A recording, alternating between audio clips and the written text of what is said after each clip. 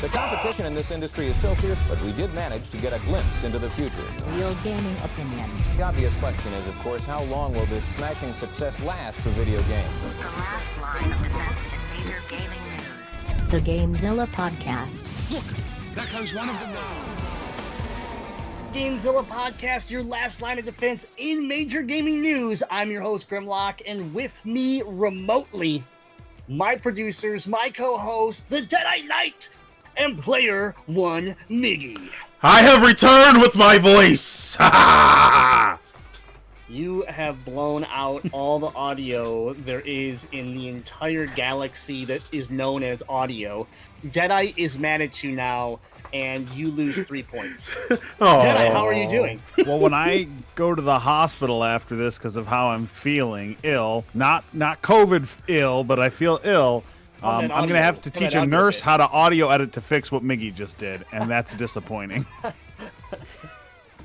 I got a bit of a stomach thing, everybody, but I'm here doing a show because I love you guys. Yeah, if you didn't know, this is the GameZilla Podcast, episode 325, and we do this live on twitch.tv/GameZilla Media, where Johnny Riot already said, well, I'm deaf now. Thanks, Miggy.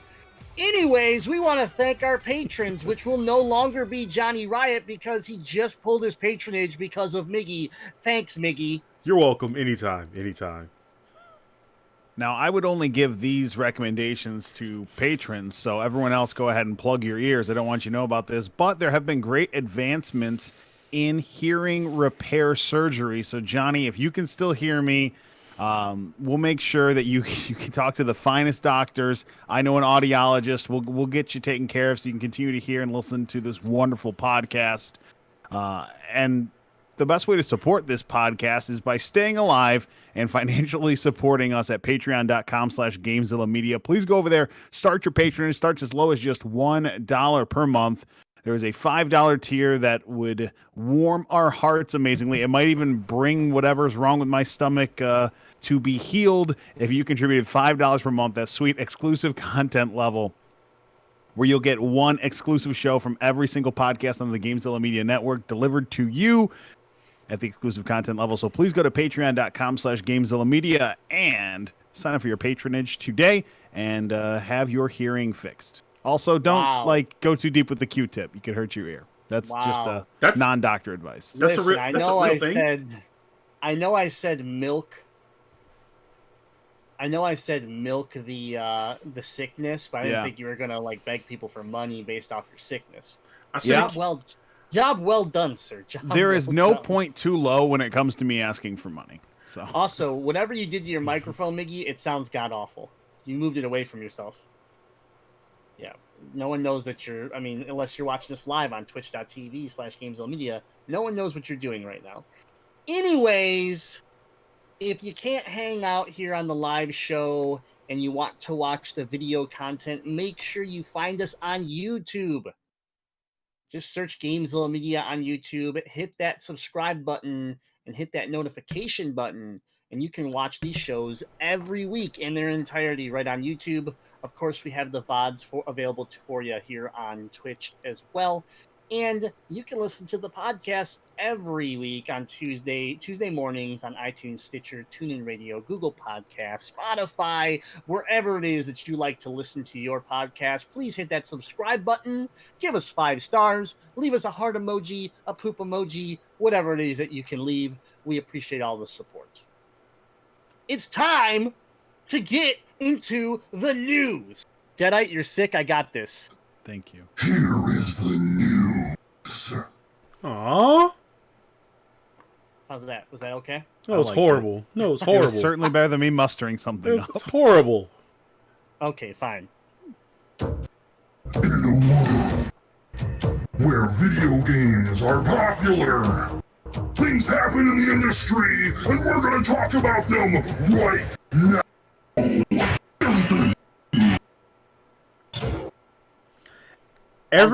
Every other word of that was epic.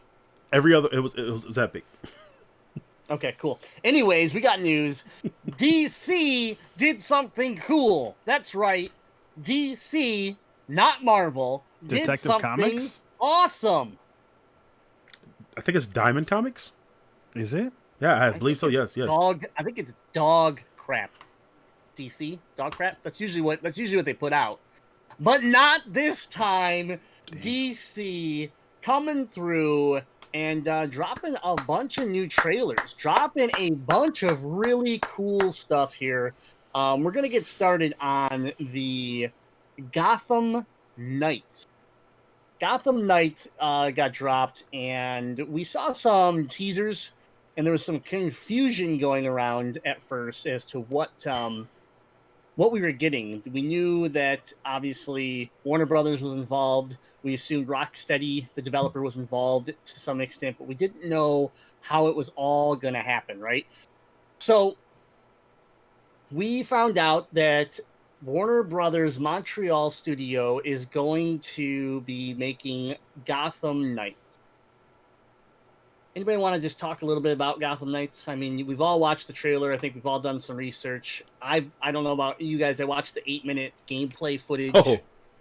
I have my opinions on it, but I kind of want to hear your thoughts first. I think it's pretty cool. I mean, we're getting a different game now that differs, that we're not getting Batman versus the Joker for like the 12th time. I think it's really cool. Batman put out the call to summon like the Bat family because apparently he's dead, which he's not gonna be dead. You can't kill bats. But but I mean, it was cool. I mean, it kind of threw me off at the beginning when they showed the first guy like in the alley, because all of them were playing clothes when they got the call. They had some guy in the alley, then they showed everybody knows Barbara if you've been playing the game. They showed some kid, which is Jason Todd, which is Batman. I mean, not Jason Todd, but Damian, which is his biological son. And then they had Dick in there. Then he showed them all assemble, and we had Dick in there. You had them all assemble, and we got Red Hood, Batgirl, Jason Todd.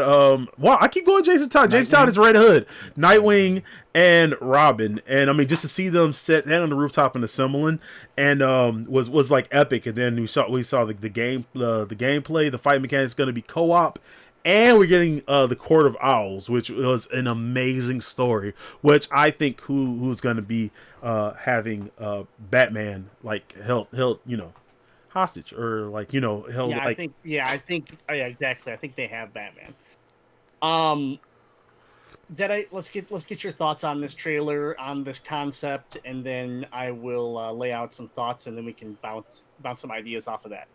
So first off, the most important thing is I'm pretty sure this physical illness, this swinging of hot and cold sweats that I've been getting here, all started when I officially saw those images of the Court of Owls. The Court of Owls is my favorite story I've ever read in a comic book. Now, I'm not a big comic book guy. I absolutely love the Court of Owls. So I'm sold. I'm going to get this game because I'm very excited about the story.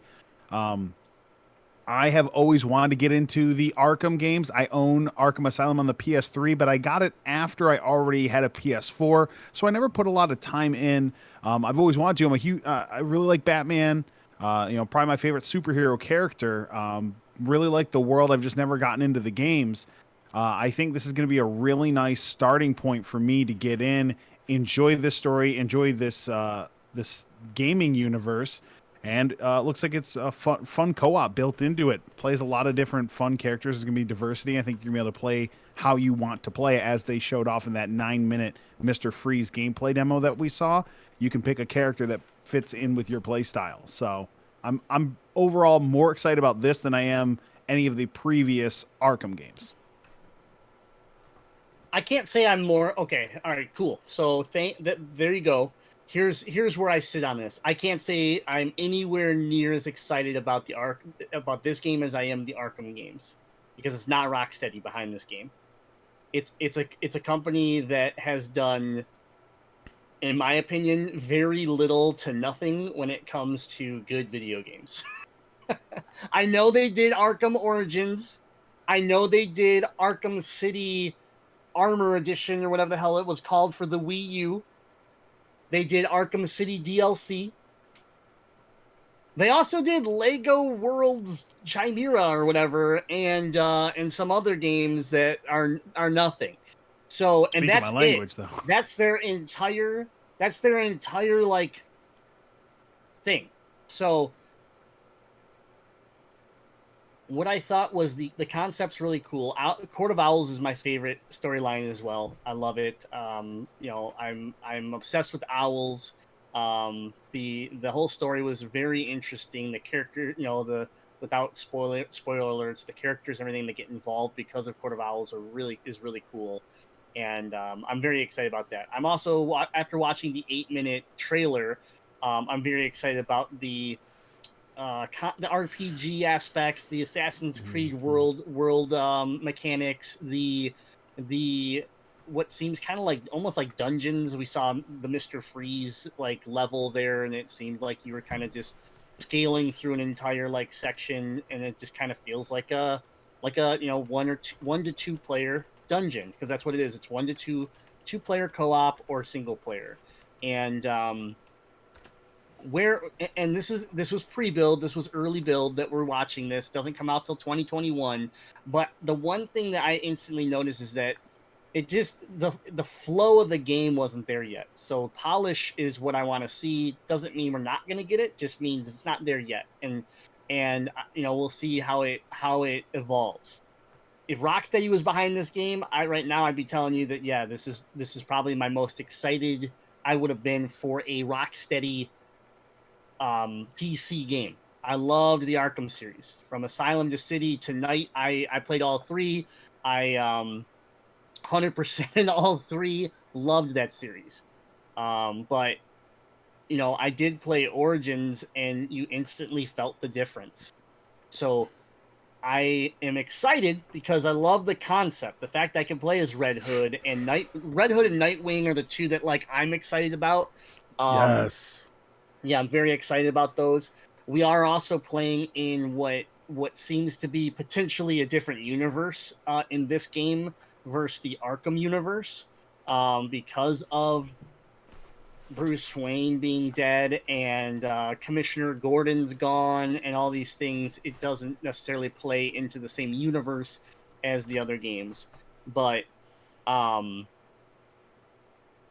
play it. Like, don't get me wrong. Like, I'm excited for this game, but I do have I am reserved here on this announcement, just because the developer hasn't. I don't have a ton of trust in this developer, and so I hope that this could be the true breakout game that they can do. Right. This should be that first game that they were like, okay, Origins was good, you know, but and everything else was kind of like, we helped Rocksteady out. It wasn't ours. We kind of helped out. So, you know, the other thing I'd like to find out about Gotham Knights is how much of this game, maybe because Rocksteady and Warner Brothers Montreal are all really cohesive, how much of like assets and mechanic and engine and all this stuff is shared between everybody.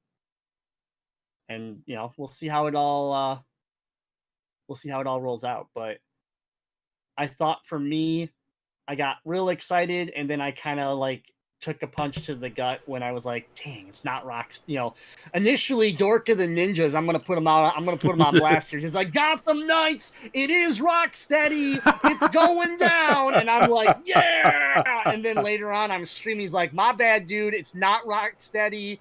They're doing something else, and yeah, it's Warner Brothers Montreal. And I was like, okay, like, still cool. I'm still interested, you know.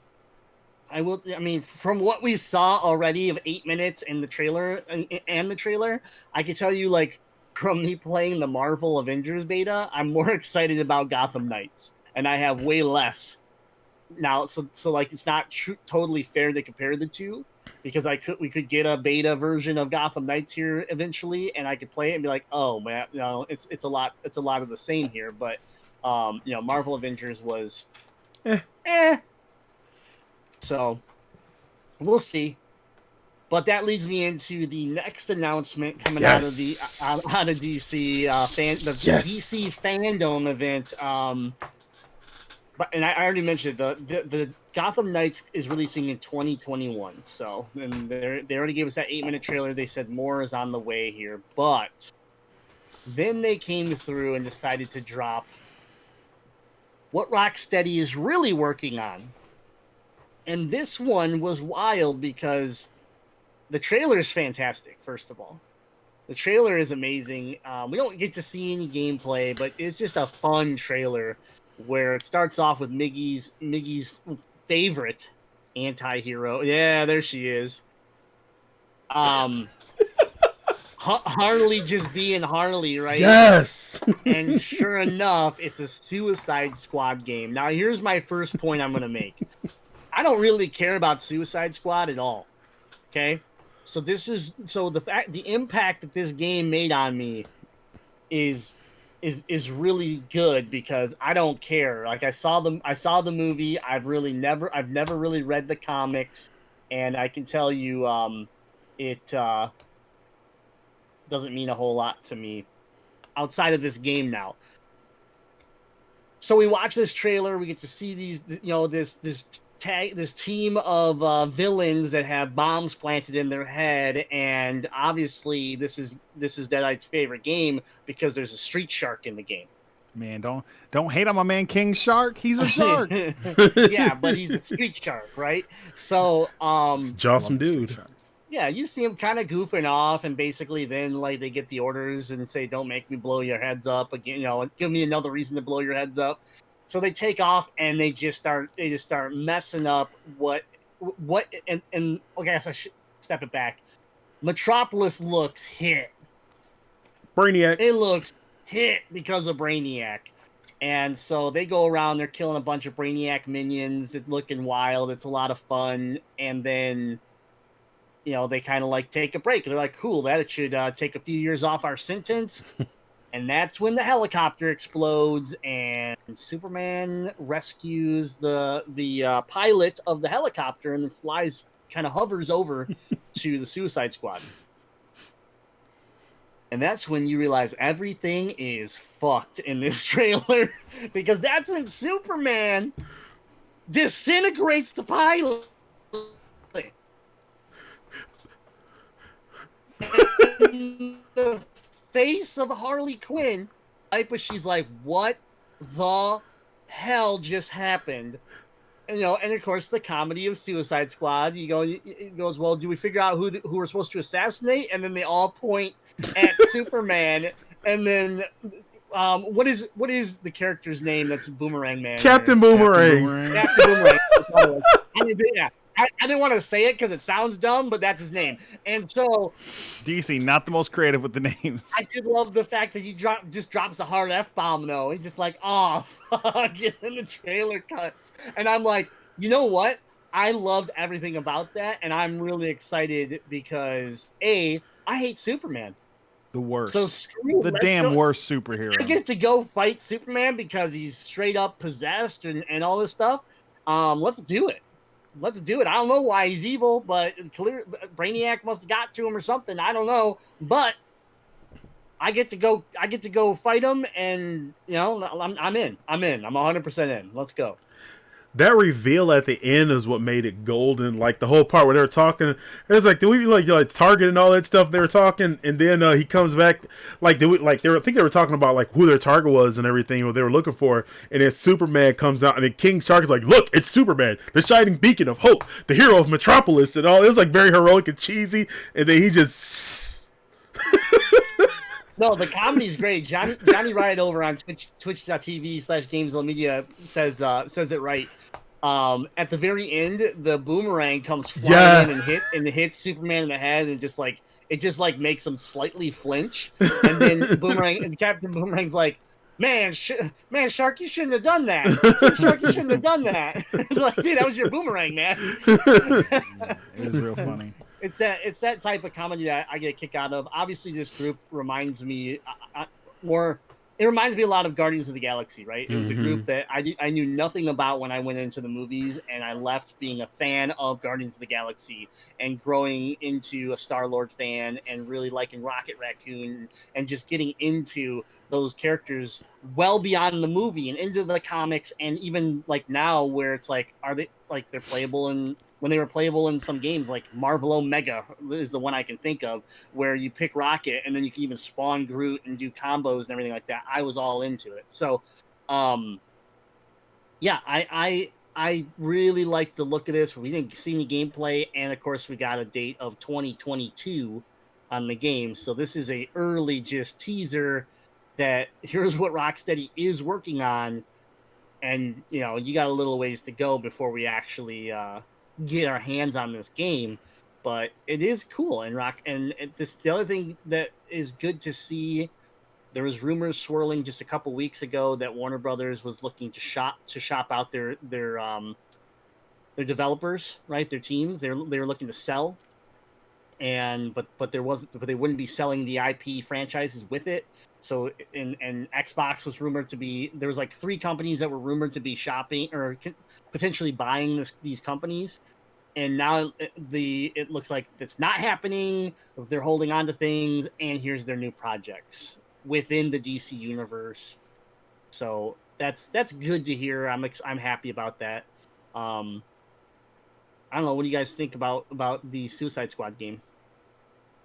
Further excitement comes in not only my man King Shark holding down the Shark game super strong, he is voiced by professional wrestler Samoa Joe. Oh, nice. So it's even better. It's a pro wrestler that I enjoy watching on TV, voicing King Shark, who I'm going to play. All the better for me. Well, any thoughts on this? Well, I mean, I'm excited. I was excited, at the beginning of the trailer, when they showed, when they showed my girl, doing what Harley does best, just being insane. But I was excited right there. But then when I saw like the dynamic and like how the group was interacting, like how she was talking to Boomerang and Boomerang was like, "Shut up, I'm trying to take a nap." Wasn't feeling Bullseye, but or whatever his name was, Deadshot. He never misses a mark. But Is this Daredevil? What are we doing here? But I'm excited to play the game. I love a good laugh, and should be a fun game to stream. Hopefully it's multiplayer. We can team up with some people. Hopefully we can get Dork's buy-in on it so we can like run together or whatever. But yeah, I'm excited for it. Dork will 10,000% be there. Dork of the Ninjas is a huge DC fan, so. Dork of the Ninjas was where I got a lot of my information initially, and then I got to go watch the trailers and give my feedback on it. But the thing I'll say is this even has me excited for the new, and they're talking about it in the chat right now on Twitch, is this has me excited for even the movie. I watched the first one, and it was what it was. But I think DC is starting to kind of get it where they're like, we're gonna team up with Rocksteady and we're gonna build a really important game. We're gonna have a movie that is gonna kind of reboot the Suicide Squad franchise, and they're even trying to explain how it's all gonna interlink in the universe, right? And that's the key thing. Is that the other cool thing is that this is Arkhamverse. Rocksteady has come out and confirmed this game is Arkhamverse. So this does take place in the same universe as Arkham Asylum, Arkham City, Arkham Knight. So cool. I mean, how that all fits in and where timeline wise where we're at. It's exciting for me. I like this universe. I like what they've built with the Batman games, and the fact that they're expanding past the Batman games now excites me. Because they're a company that like I said, we're Warner Brothers Montreal. I don't necessarily trust. Rocksteady, I do. So, yeah, we'll see. We'll see what they say as more information comes out. But if you haven't watched these trailers, I would make sure to check them out as soon as possible because they're a lot of fun. The music selection on them is fun, and I was impressed. All right. We got some Nintendo news rolling up here, guys. So, these rumors have been swirling around for a while, but they've popped back up recently, and that's simply that a new Nintendo Switch is going to launch in 2021, claims report. According to the report from Economic Daily News, the new version of the Switch will enter production later this year, and it is set to launch at retail in the first quarter of 2021. Great timing, right after a PS5 and an Xbox One X or Xbox Series X launch. The report, which claims to be informed by sources in the console's supply chain, says that the new version of the Nintendo Switch will feature improved interactivity and a better quality display. There is no suggestion as to the power of the hardware, so it is unclear if this is a Pro-like update with more powerful internals or what, but one can assume if you're going to put a nice display on here, then you would imagine there's getting some sort of graphical boost at that point. Just because I think the Switch looks great the way it is now. Why do you need to put a better display if the guts aren't changing? When they say interactivity, Bluetooth, please, in-game in-system chat, something like that. That's got to come. That's got to be part of it, right? Yeah, absolutely. But if we can get a Pro version, this is what I've been waiting for with the Pro version. Rumors started last year, enhanced Nintendo Switch in 2019, and were sparked up again earlier this year. Nintendo extinguished the flames by announcing they had no plans to release a new Switch in 2020, but said nothing about a new system in the following year. The initial Wall Street Journal report also correctly predicted the launch of the Switch Lite, so perhaps the predicted more powerful Switch may finally be set to make a real appearance next year. It makes sense, right? It's perfect timing. You have to refresh right after a PS5 and a new Xbox comes out. Like it makes business sense. Like, what are you going to do to drive people to Nintendo when the new shiny Sony and a new shiny Microsoft device are on the shelves? You're going to put an updated Switch out, just like the PS4 Pro, just like the Xbox One X. Like, this is the Switch's, next facelift, not a new generation, but just a facelift. And, I'm excited for it. What do you think? It's one of those things I've been saying for a while, that if they were to come out with a true Pro version, I don't see any reason why I wouldn't buy it for as much time as I spend playing Switch. It is my primary console of play, because I usually get at least an hour during my lunch break every day, where I might only get 2 hours of PlayStation in the entire week, So it would be a good investment, but I just have to see a performance increase, either be able to play nicer looking games, or a way better battery, way better screen. I've noticed that screen doesn't even do necessarily very well under fluorescent lights, 10 feet up in the air. Like, I sit in a small conference room right now, trying to isolate from other people to game a little bit. And sometimes I'm getting glare and stuff, and I'm having a hard time seeing with maximum brightness. And I have the, OG launch Switch. So, and that might be a little bit better on the Redbox Switch or the Switch Lite.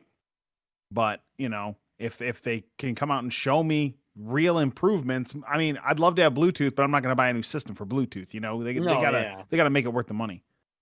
No, I think if a better display is on its way, sure. This current generation of Switches definitely has an issue with glare, reflection, and everything. But so if that could be improved, but graphically, if you think about what technology has done since the Switch came out for mobile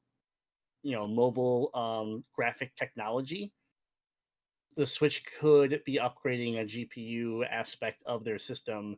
And think of what that could do for some of these games that have been ported to the Switch that do run.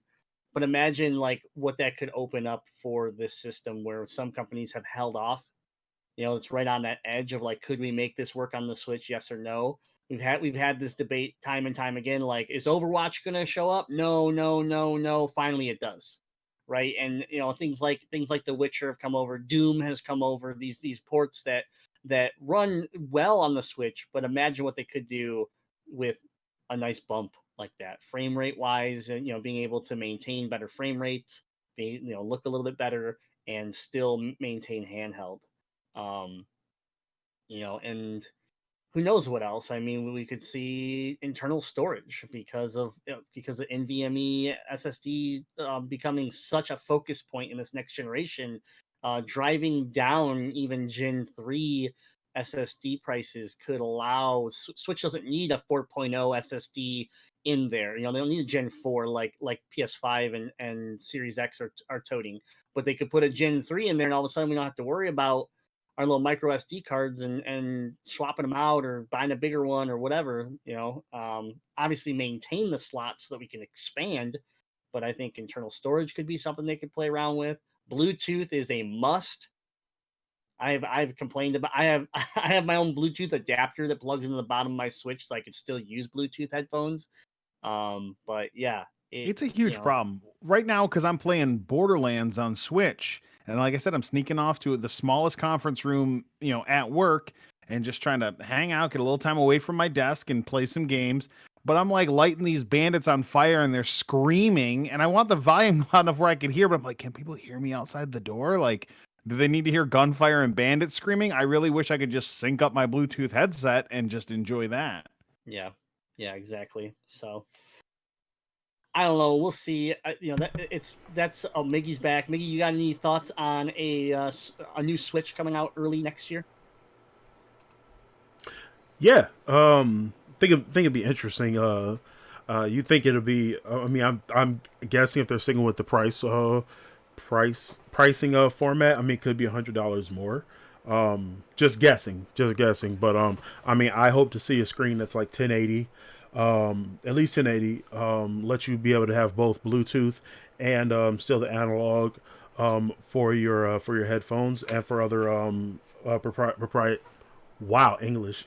Other electronics. There we go. Thank you. Gosh, English isn't my primary language, but also I want they need to I know it's not hardware specific, but they need to do something with their party chats. Put something into that. And also, like you said, I caught a bit of what you said, but just with the upgrading the chip, and possibly increase the amount of internal storage, or even add internal storage, have separate internal storage. So you got your. I would say they don't really have internal storage. Yeah, they do, but do you really count it as internal storage? Right. I got a lot of games on my 32 gig internal. Don't hate. Yeah, whatever, man. But if you're going to get a bigger graphics card and you're going to allow games like, I don't know, Warzone to be playable on your Switch, you're going to need storage. And, Warzone sits at 200 gigs almost for most systems right now. So it's 100 gig per update. It's things like that you have to consider. And I just used Warzone as an example because that game's out of control when it comes to its size and update size. But other games would run into that situation, going to the Switch. So if indeed that's the way they're moving, where they really want to kind of give the power to third parties and stuff to start having that freedom to say, oh yeah, our game can play on the Switch without making major cuts, right? Reducing FPS, reducing fidelity, reducing all these things. They don't have to worry about it as much. So that's what I'm hoping for. I'd like to see. The Switch. Mobile gaming is still here. It's always going to be here, and it's popular. But Switch really revolutionized handheld gaming again. And so when you think of what's next for Switch, the Switch isn't ready. Nintendo's not ready for the next generation of whatever they're going to do, but they are ready to sit there and give it a big horsepower upgrade so that they can push into, better games on the go. So we'll see. Or better performance on the go. I don't want to say better games. Graphics and stuff don't mean a better game, but better performance on the go. Which they have no competition.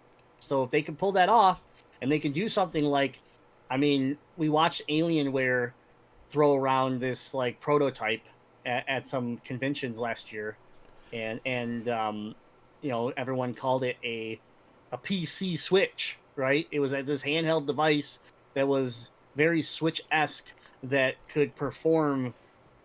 It had a lot of power in it. It wasn't as easy as portable as the Switch and things like that, but at the same time, I think that was kind of a glimpse at what Nintendo could do. I think it's important. Year 2021. That is the beginning of what is very much going to be the xCloud era.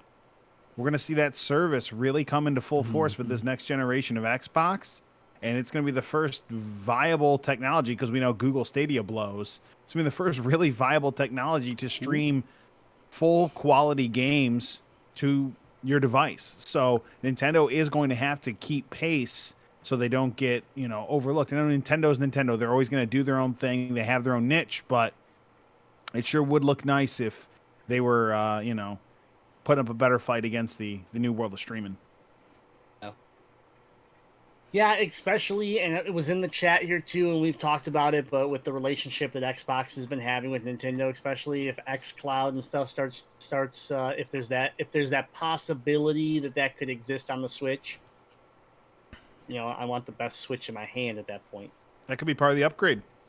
Yeah, very possible. So we'll see. That's not too far in the future, so I think Nintendo maybe starts talking about it right around that time that maybe we're getting PS5 and Xbox, just to create buzz, right? To stay, not that Nintendo won't be relevant, but to stay in the talk of things. Well, everybody's like, I need a PS5, I need an Xbox Series X. Like, we know the holidays are going to be that, all of that. But now Nintendo can sit there and say, yeah, but in March, we're going to be dropping the Switch Pro, and here's what it looks like. And just put it in the back of everybody's mind.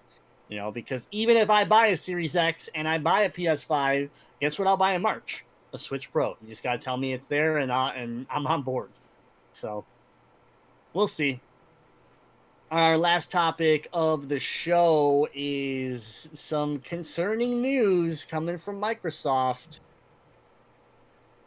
I picked the perfect photo for this, by the way. If you guys are watching live on Twitch, or if you're watching on YouTube, you can take a look at the photo I selected. This is Craig. This is Craig the Brute. If you're not familiar with who Craig the Brute is, hi guys. He's kind of famous in the world of memes right now. But this was captured from Halo Infinite. No, it is not off the original Xbox, like a lot of people think. But anyways. Halo Infinite devs are considering dropping the Xbox One version of the game. I don't know if you guys remember this or not, but Microsoft came out and said no Series X exclusives for 2 years. So does that mean we're not getting Halo Infinite till 2023? Or did you lie to us already? So, it gets worse, guys. Because we saw this game, it didn't look good at all, right? The game did not look good. I'm sorry. It didn't look good at all. And I'm excited for Halo. I'm still excited for Halo. But the game didn't look good at all. But 343 Industries is reportedly struggling with performance on the Xbox One S model of this game. And by struggling, they are having a hard time even keeping this game at 900p. Yeah. Oh, damn. Oh, I've been healed by that humor. It wasn't humor, it's facts. You're serious? That's not a joke? Serious. Yeah, not a joke. Ooh. Not a joke. I'm sick again. But yeah, so Halo Infinite could be an Xbox Series X only title, and as they consider dropping Xbox One version, the rumor comes from VGC by the way of Resetera user,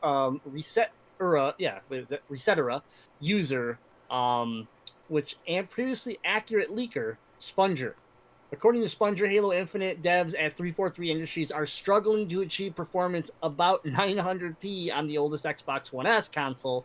As a result, 343 is considering dropping the Xbox One version and doing a next-gen only release. The current version of Halo Infinite on Xbox One S is nowhere near 1080p and is having serious asset loading issues, much worse than what you have seen on the PC demo. Idea is to change the engine level, how assets load, make RT as default, improve unlock some assets, improve geometry, and post-processing, add more CPU-bound interactivity. Sponger also writes that Microsoft may push Halo Infinite beyond 2021 if it feels the game would benefit from more production time. It's pretty messed up there with decisions, but they are convinced that they need to make the best Halo game ever.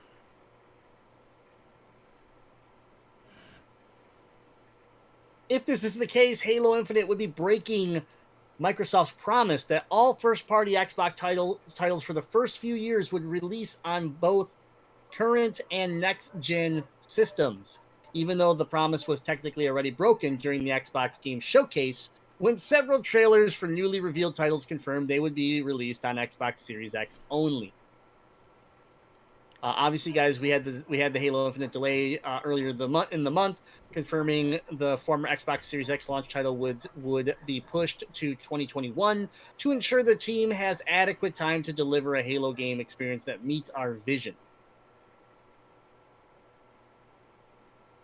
This just does like 343 and Microsoft just can't seem to get out of their own way when it comes to news right now. On the verge of your next generation of gaming, you have your biggest title, one of your most important franchises that just keeps stepping in front of buses and just getting hit like Craig the Brute.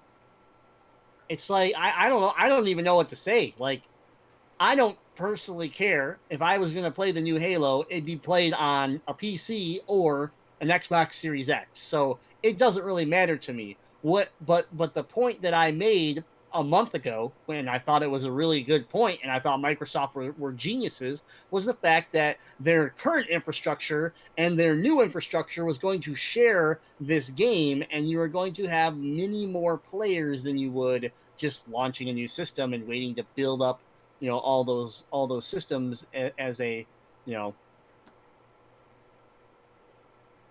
don't know. You're able to sell many more copies of the game. You're able to sell many more subscriptions of Game Pass.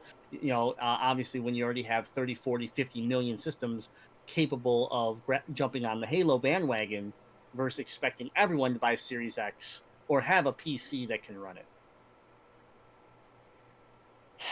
So,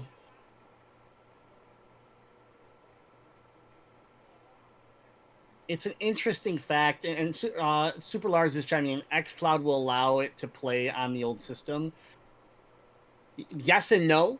I can't agree with you, because if this information is true, why are they so concerned? Also, understand that the server blades that run xCloud are not Xbox One X blades. They are Xbox One S blades. I don't know why they did that, but that's what they are. So if they're having a hard time running this thing at 900p on an Xbox One S, the blade that they've designed that mimics an Xbox One S would also have problems running this. So that doesn't sound great. It doesn't sound great, no. If you were someone that was real geeked up about knowing that Microsoft was going to give you 2 more years of full support, not leaving you behind, not forcing you into this next generation, if you're someone that's not in the hardcore audience that's ready to go throw down that fresh money for that new system, this would be a big bummer, especially if you're a longtime Xbox fan and you're a Halo fan. I mean, I've never really gotten into Halo. I think the game, it's a good shooter. I was excited to potentially play this one, but if you're someone that's like, yeah, November, I was ready. Oh, never mind. Spring, or sometime 2021, I'll be ready for Halo, and find out you are going to be forced into buying new hardware when really maybe you just play Halo and then, a couple games here or there. This is a big blow. Yeah, and so for anybody that's, for the people in the chat that are saying, yeah, but xCloud's going to take care of it, you have to be able to use xCloud. Right? If I get a cheap copy of Halo and just play Halo, and don't want to worry about xCloud, which is only currently you get access to it in the Game Pass Ultimate Edition or whatever. And also I need an internet connection that can support it. So supposed to have free multiplayer. You know what I mean? Right. Free multiplayer. What's the matter if it's free to everyone? No, if it's only free to people that already have xCloud, already have the premium service. Right. That defeats the purpose of every Xbox owner being able to get in on this multiplayer and it being a Fortnite killer, being a Call of Duty killer. It creates a ton of confusion, is what it Yes. does.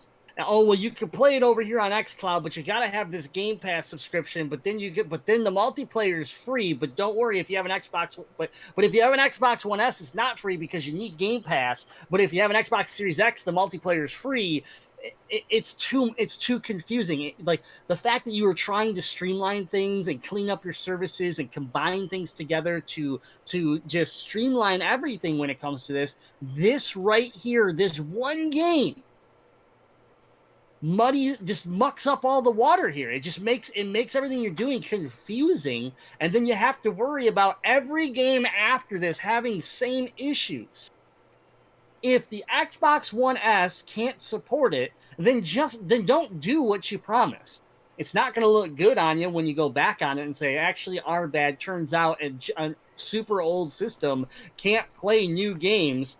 I don't know. We didn't think about that. But bottom line is, it's just bad marketing. It's bad promotion. They weren't ready to come out and tell us the information they told us, because now we're sitting here finding out, oh, they're having some major problems here, right? And so they could have withheld this aspect of this program that they were trying and still hyped up the system and still hyped up Infinite and still done the things they were going to do.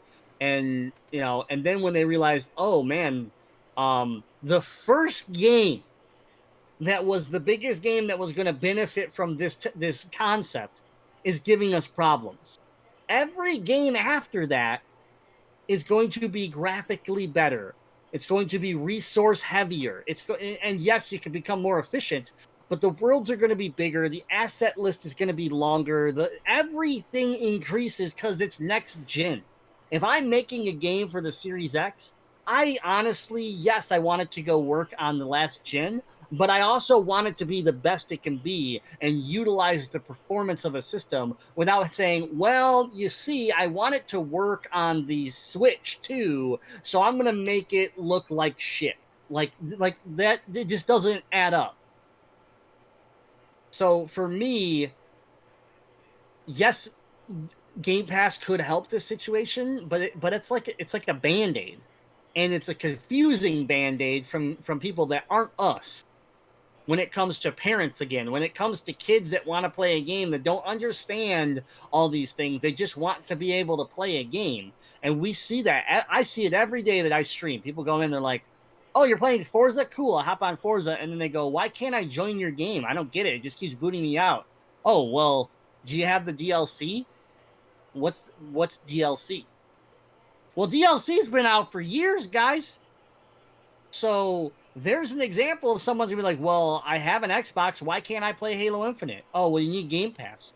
Oh, well, I have Game Pass. Oh, well, you need Game Pass Ultimate. And then you need to beam it from xCloud and stream it to your system. Oh, well, when I do that, it looks all fuzzy. Oh, well, what's your internet speed? I don't know. I paid $39.99 to AT&T for half a meg up and half a meg down, and that's why I can't use xCloud. And then that's me being like, well, that's why you can't use xCloud. You have to go upgrade your internet now so that you can use the service that they promised you. It's just messy. It's messy. I don't like it. This is the problem with streaming video games. This is the problem we've talked about in the past. You got to make a mess if you want to lay new ground. It's just unfortunate. Not everything perfect name a generation that we jumped into that didn't have issues. I mean, Red Ring of Death or PlayStation being like, look at Killzone 2. It's going to be the most beautiful game ever. And then all of a sudden it was like, this isn't the game you guys showed off. Like there's always something going on when you're trying to launch a new platform. And yeah, there's a lot of stress and there's a lot of issues that you have to figure out on the fly. But the problem here is that I loved the transparency that Microsoft was giving us. I didn't realize that they were shoveling us bullshit for the last 3 months, and now everything's kind of like, well, maybe we're gonna do that. It's tough because this was the marquee game. This was the system seller. This was Microsoft's big gun. Luckily, we can't necessarily look at Sony and say that they necessarily have a killer in November. You know what I'm saying? So there's still some time to figure it out. No one's shown their hand to say this is our big launch title. This is the reason you're going to choose one or the other. But Halo at least was a factor for me, man. Yeah. So we'll see what happens. I mean, this could be that first domino in falling in a long string of them that shows that maybe there will be more exclusives than we expected on the Series X, which will give us more of a reason to buy a Series X. I don't know, but it hasn't been a good month for Halo, which then automatically means it hasn't been a good month for Microsoft. So we'll see. We'll keep you posted on what comes down next. Obviously, with these rumors hitting, I kind of hope and expect that Microsoft and Xbox should address this and say, no, we're not thinking about that. We're working on it internally. Or they come out and say, yes, you know what, we are having these problems, and that's one reason why we delayed it, so that we can make sure it's optimized for both platforms, blah, blah, blah, right?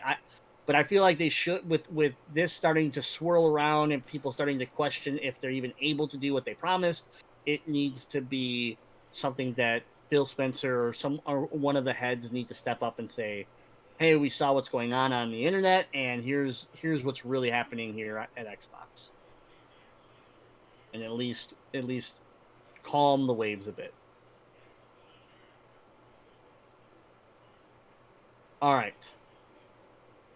That's been our attack on the news. For these topics and much more, please visit GameZillaMedia.com, join our Discord, and come hang out with us when we're not streaming, we're not recording the show. We talk about video games every day. So if any of these topics you want to keep going, or if you have something else you want to discuss, join the Discord. And then again, all the content that we produce on a weekly basis is all available to you at GameZillaMedia.com.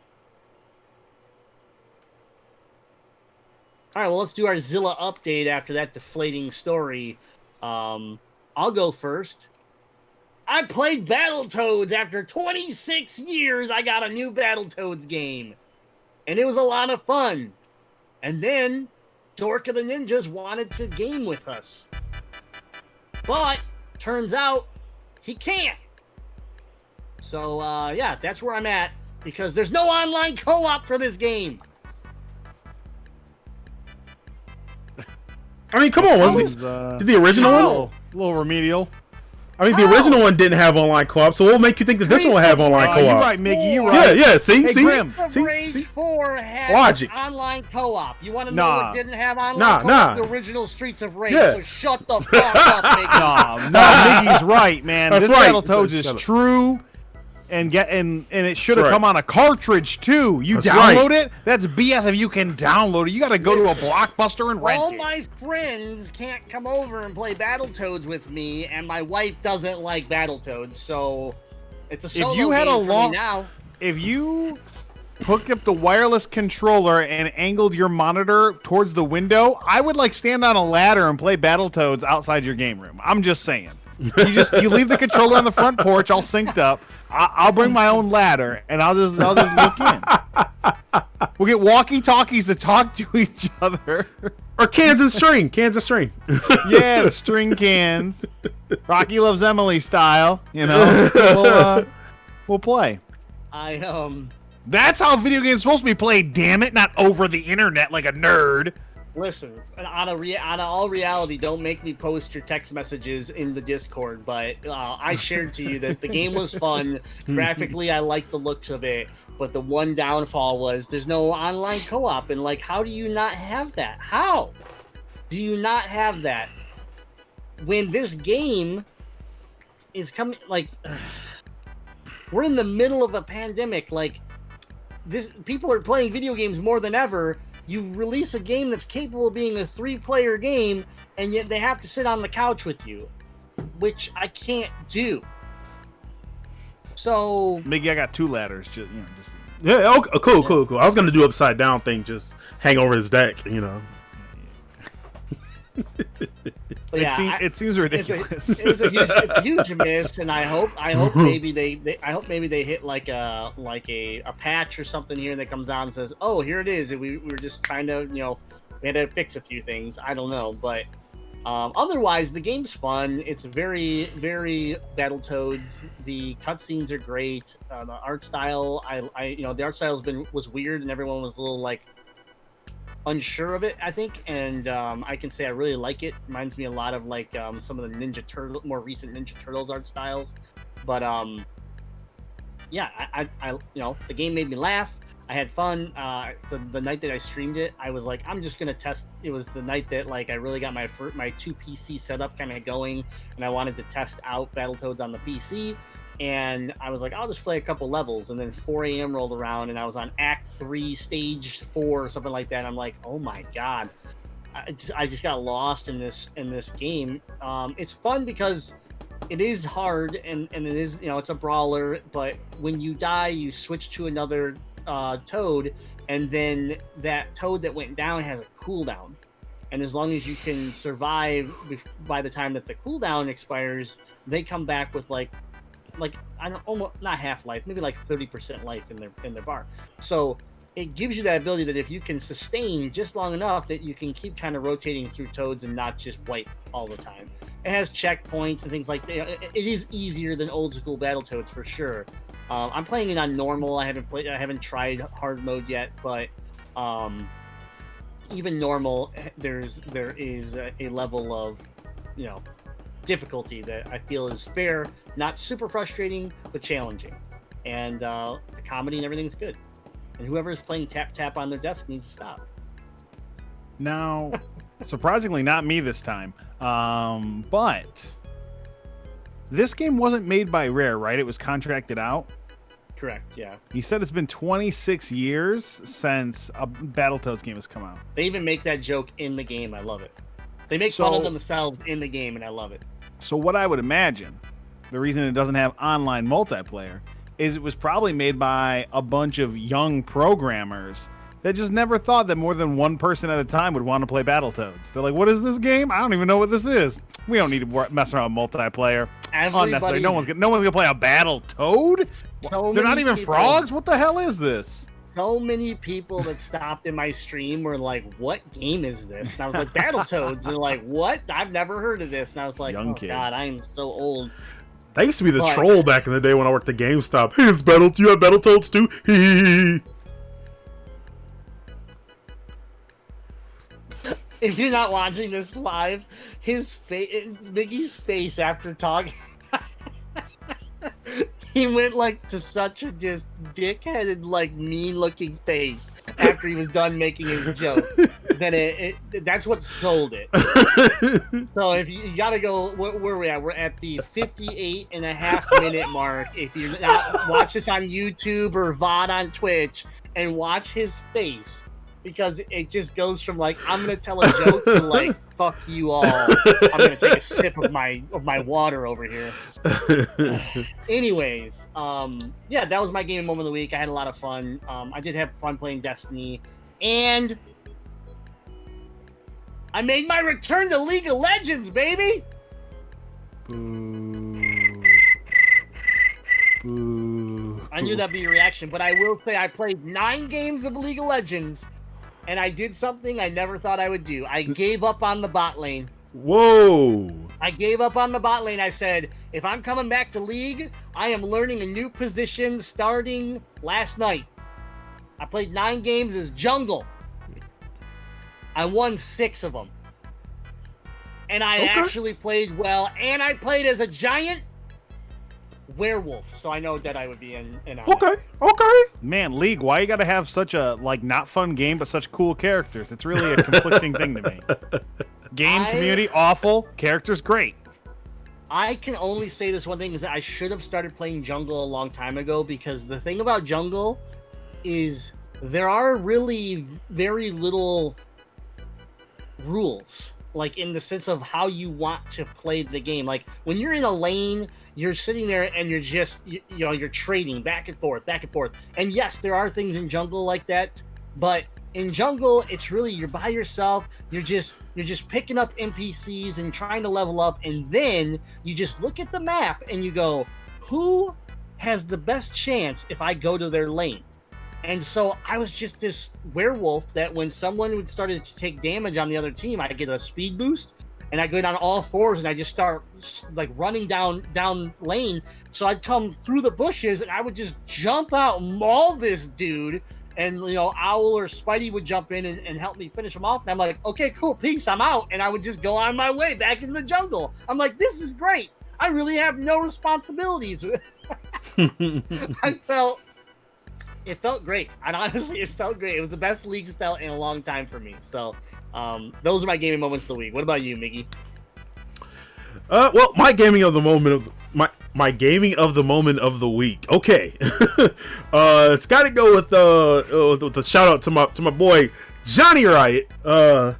We both jumped on the hype train and we ordered ourselves a retro handheld. It's gonna come all the way from the faraway land of China. It's the Retroid Pocket 2. It's amazing. It plays everything up from like all the way up to N64 games, but it's pretty dope. It's gonna come with like a 32 gig memory card. It's got HDMI like out support. And you can even do like a local LAN and play like multiplayer games together. It's got Bluetooth and it has a headphone jack to plug your headphones into. I'm looking forward to it because I've been itching to have something that I can have all of my retro handheld, my Sega Saturn, my Nintendo, my Game Boy, like all in one device I can play whenever I want. Because I've been itching to play Dungeons and Dragons, Double Dragon, and I can just have it right there. I mean, yeah, I got my phone. I'm a mobile gamer, but yeah, it's pretty cool. And I guess my part 2 to that is going to be I've been playing Quantum Break, and that game has been a lot of fun. First time ever playing Quantum Break. It's been a lot of fun. The only thing that I don't like about it is they interrupt the chapters of the game, like the gameplay, with the half-hour long episodes. Like, it's like, all right, I warned the chat. It's like, all right, chat, getting a half-hour long episode, so brace yourself. And here we go. But it adds to the story and it builds. I just feel like that should have been like all gameplay to get you through it. But I mean, I've been enjoying it, especially after coming off of Alan Wake. So be diving into Control next. So yeah, that was it for me. How about you, Deadite, Butterboy?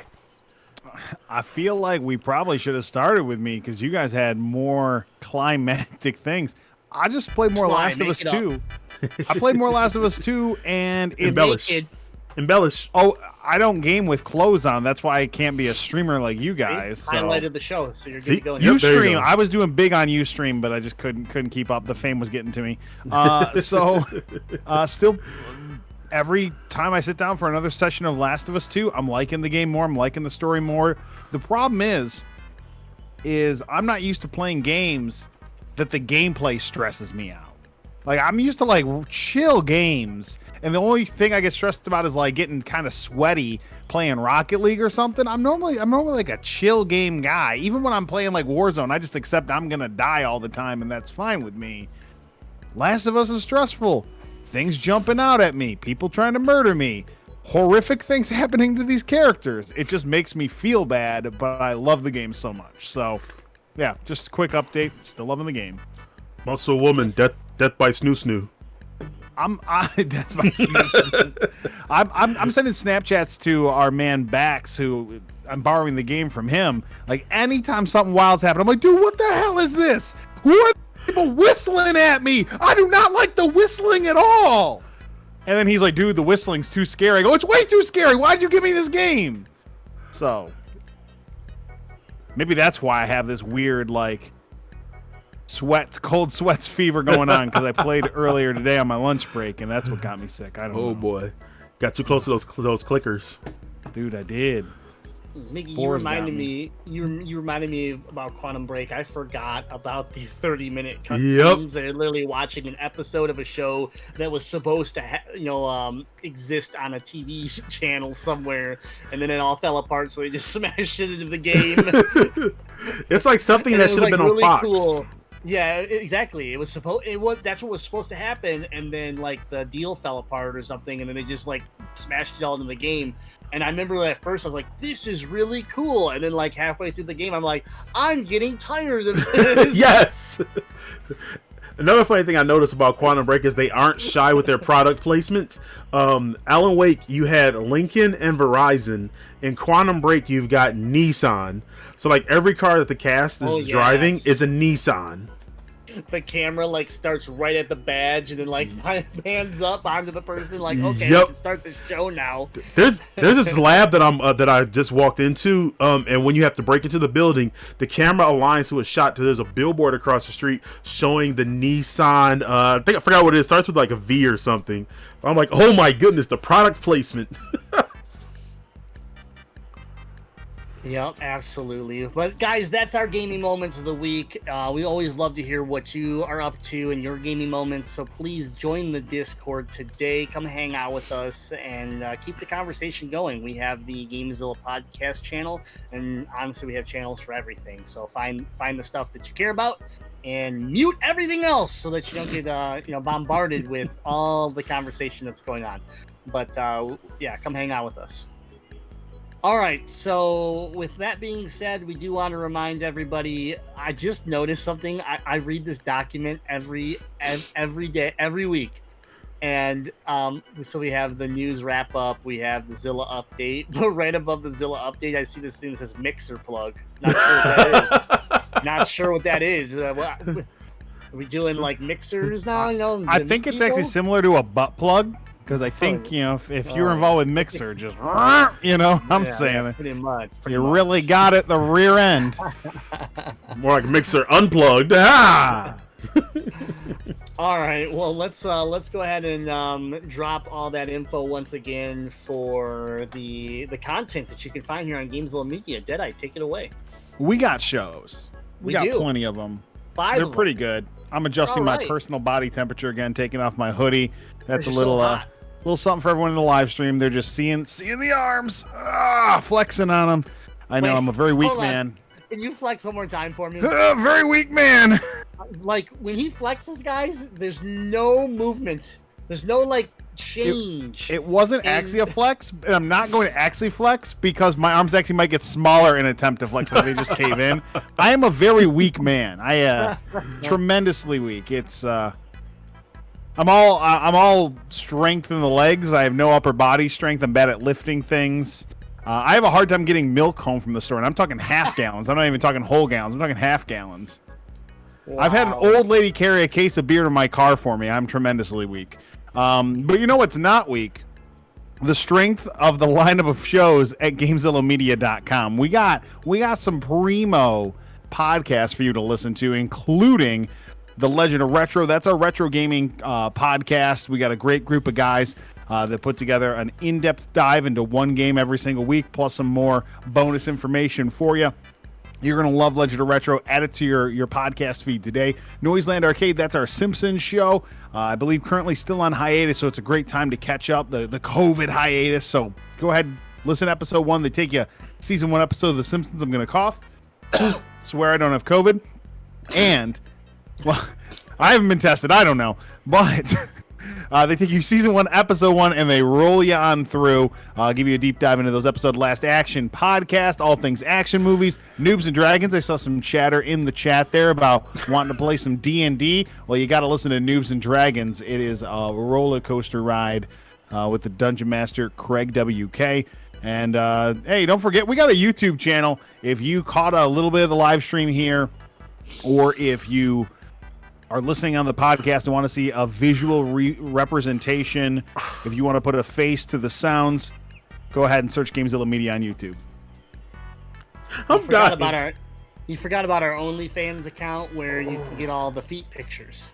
Feet pictures and of my abnormally high nipples. Right.